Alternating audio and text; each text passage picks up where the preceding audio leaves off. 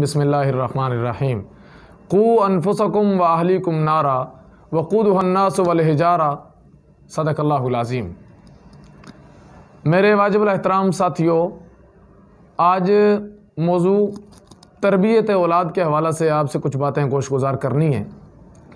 औलाद वो वाहिद अज़ीम अल्लाह की नेमत है कि जहाँ अल्लाह ने फरमाया कि इन्नमा अम्वालुकुम व औलादुकुम फ़ितना, कि औलाद और माल तुम्हारे लिए आजमाइश है।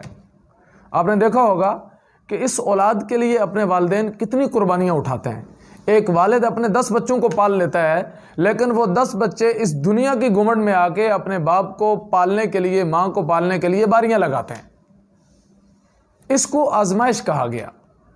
अल्लाह का कुरान कह रहा है कू अनफुसकुम व अहलीकुम नारा, खुद भी और अपनी अहल औलाद को भी उस जहन्नुम वाली आग से बचाओ, क़ूदुहन्नास वल हिजारा, जिसका ईंधन इंसान और पत्थर है।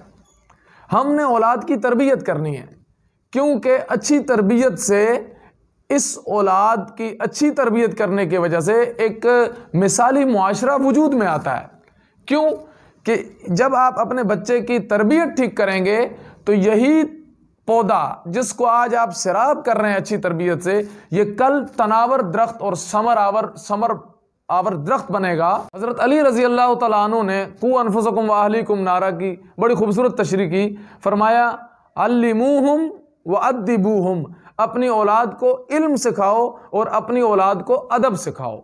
ये इल्म और अदब बहुत बड़ी चीज़ है कि अदब से इंसान दुनिया फतह कर जाता है, इल्म से इंसान दुनिया फतह कर जाता है। वो किसी ने कहा है कि ना, हुनर और इल्म ये दो ऐसी चीज़ें हैं कि आप दुनिया में कहीं भी मार नहीं खा सकते। आप बच्चे को जब शुरू से ही अदब और तरबियत देंगे, उसको एक अच्छी सोबत देंगे। हमारे एक दोस्त हैं मौलाना गुलाम रसूल साहब, उनका एक बच्चा है छोटा सा 5-5.5 साल का।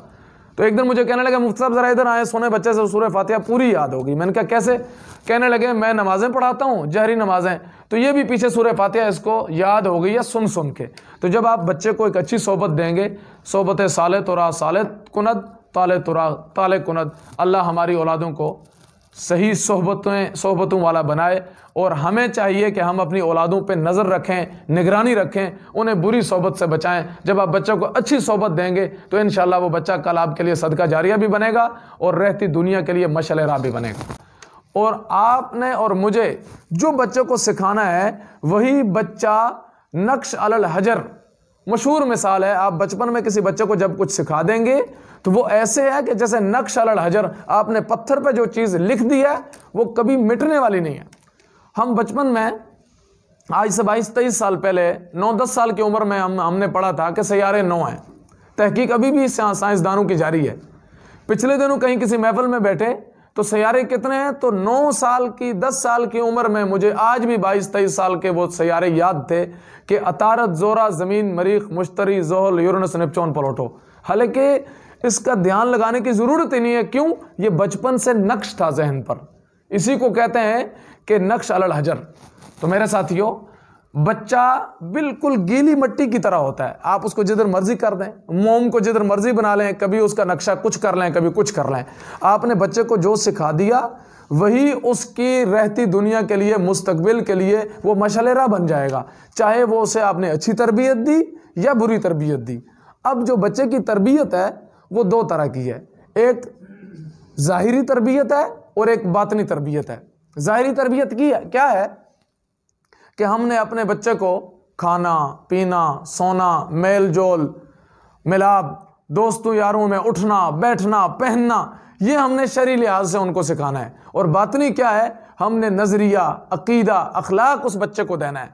अगर आपने उस बच्चे को अच्छे अखलाक न दिए, वो बच्चा कल आपके लिए बदनामी का बायस भी बनेगा और आपको कल अल्लाह के यहाँ छुटकारा नहीं मिलेगा। आपने कल जवाब देना है। अल्लाह के नबी सल्लल्लाहु अलैहि वसल्लम ने फरमाया कि कुल्लुकुम राइन व कुल्लुकुम मसऊलुन अन रइयती, तुम सब के सब अपनी अपनी जगह पे निगरान हो, मसऊलुन अन रइयती, तुम सब से तुम्हारी रइयत के बारे में पूछा जाएगा।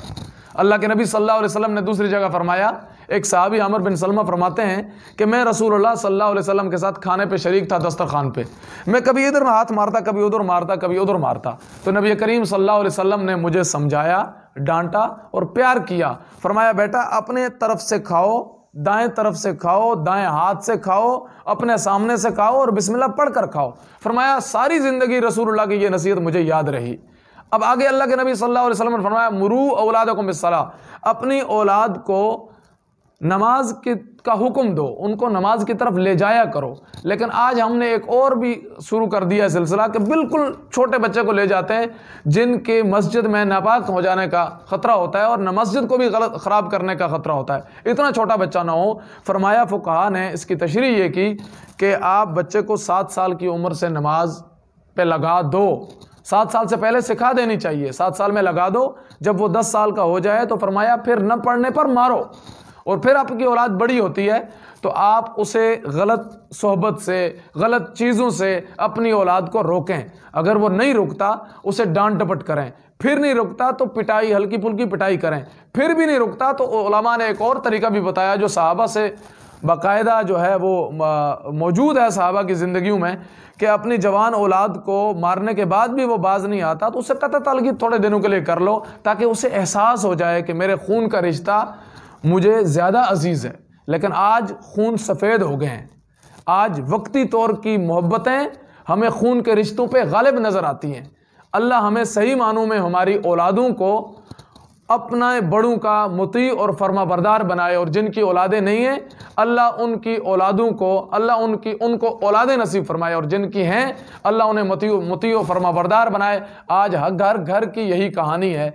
अल्लाह आपको और मुझे मुती और फर्मा बरदार औलादों से हमें नवाजे। व आखिर दावाना अल्हम्दुलिल्लाहि रब्बिल आलमीन।